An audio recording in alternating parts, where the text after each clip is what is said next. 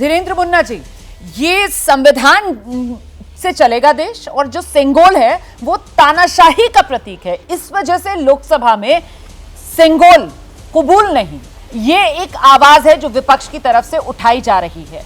आप इसे किस तरीके से देखते हैं? रोमाना जी, सबसे पहले तो मैं कहूं कि ये संसद की शुरुआत होनी चाहिए थी संवाद से, लेकिन समाजवादी पार्टी इसकी शुरुआत ही विवाद से कर रही है। इसका क्या औचित्य अभी के समय में है? आप 1 साल पहले से जिस समय स्थापना हुई थी उसी समय से इस तरह का आप हल्ला करते आ रहे हैं।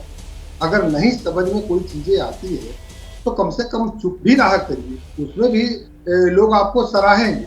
लेकिन आप अभी अभी चुनाव लड़ करके आए और जितने तरह के आरोप प्रत्यारोप चले हैं, इससे बाहर निकलना चाहिए। दूसरी बात है कि सेंगोल में इनको पता नहीं कहां से राजतंत्र नजर आ रहा है।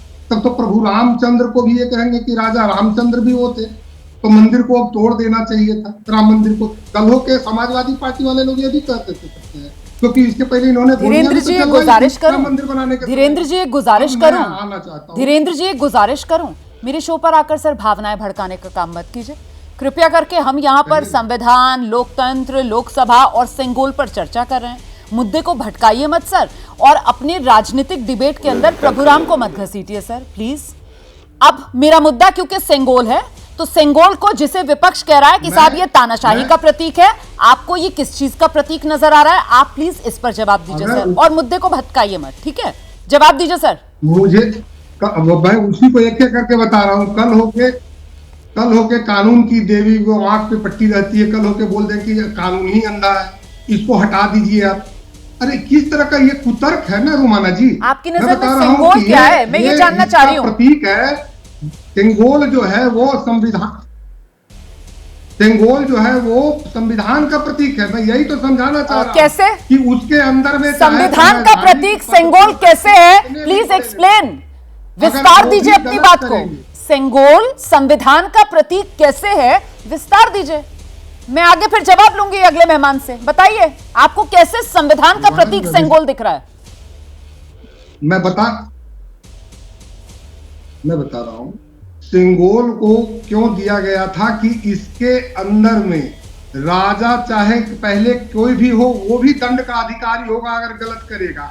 आज प्रजातंत्र के दौर में चाहे वो किसी भी संवैधानिक पद पे बैठे हुए लोग हो, चाहे कितने रसूख वाले हो, अगर वो असंवैधानिक कार्य करेंगे, अगर कानून सम्मत काम नहीं करेंगे रुमाना जी, तो वो भी संवैधानिक रूप से दंड के अधिकारी होंगे। तो सर उसके लिए तो संविधान ही काफी है ना, वो संदेश तो संविधान ही दे रहा है।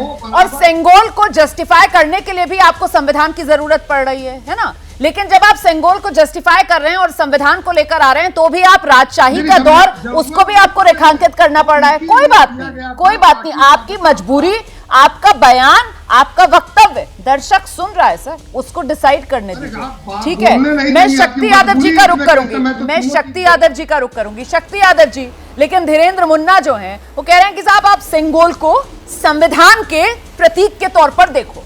आप किस रूप में देख रहे हैं सर? आपको क्यों आपत्ति है सेंगोल पर? अब आप बताइए।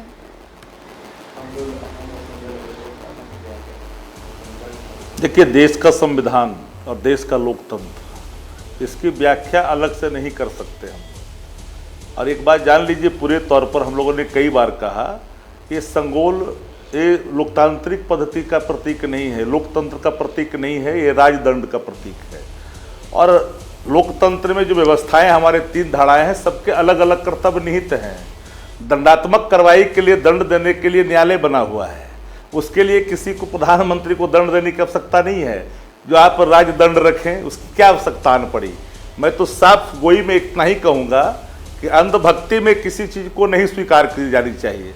एक बात साफ है, ये जो बनाया है आपने, जो रखा है आपने सेंगोल को, ये राजतंत्र का प्रतीक है। मानिए, डेमोक्रेसी के अंदर में, लोकतंत्र में जनता चुनती है, और for the people, by the people और ऑफ द पीपुल का कंसेप्ट है।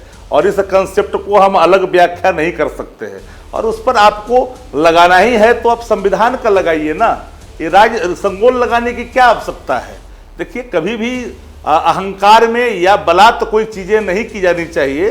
संख्या बल के अधीन होकर के बलात् किसी चीजों को नहीं थोपी जानी चाहिए।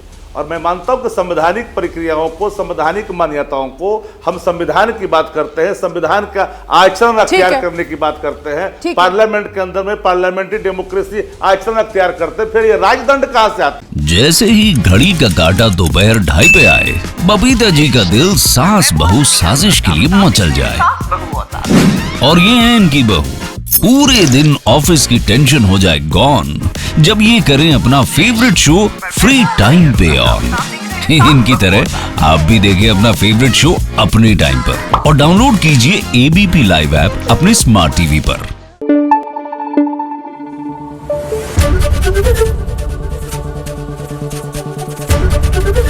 एबीपी न्यूज आपको रखे आगे।